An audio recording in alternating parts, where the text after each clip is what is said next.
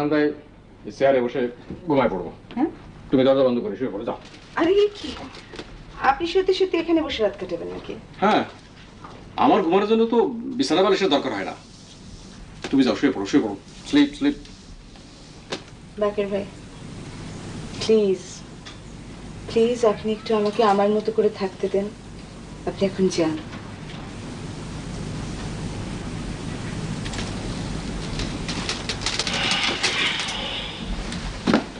বাকের ভাই, আপনি কি আমার উপরে রাগ করে চলে যাচ্ছেন? না, তবে মনটা খুব খারাপ হয়েছে না। আমি রাস্তার ছেলে, পড়াশোনা তেমন হয় না, গুন্ডামি বান্ডামি করছি, হেরে মারছি, ওরে ধরছি,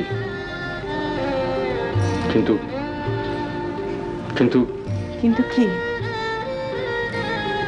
না, থাক কিছু না। বাকির ভাই, একটা কথা বলি, এসব ছেড়ে দিতে পারেন না? অনেক তো করলেন।